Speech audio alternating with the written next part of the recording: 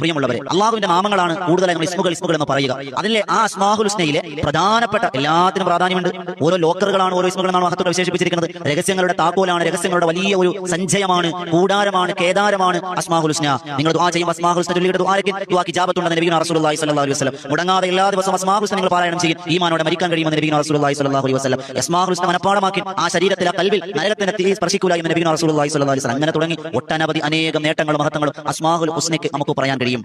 എന്നാൽ ആ അള്ളാഹുവിന്റെ നാമങ്ങൾ ഓരോന്നിനും ചില പ്രത്യേകമായ ചില പവർ ഉണ്ട്. ചില ഇസ്മുകൾ ചില കാര്യങ്ങൾക്ക് പ്രത്യേകമായി സ്പെസിഫിക് ചെയ്ത് പ്രത്യേകമായ നമുക്കൊരു നേട്ടങ്ങൾ ഉണ്ടാക്കി തരുന്ന ചില ഇസ്മുകളുണ്ട്.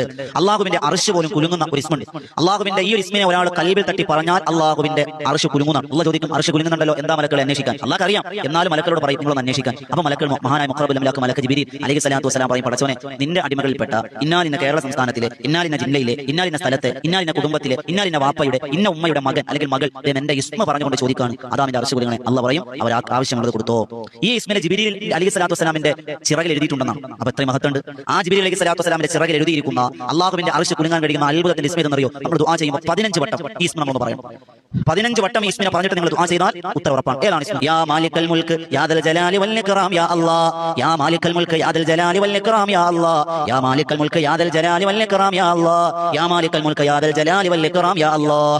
ഈ ഇസ്മ 15 വട്ടം നിങ്ങൾ ചൊല്ലിയിട്ട് ദുആയ്ക്ക് ഉത്തരം ഉറപ്പ്. അർശ് പോലും കുലുങ്ങി നിങ്ങൾക്ക് വേണ്ടതല്ല തരുമെന്നാണ്.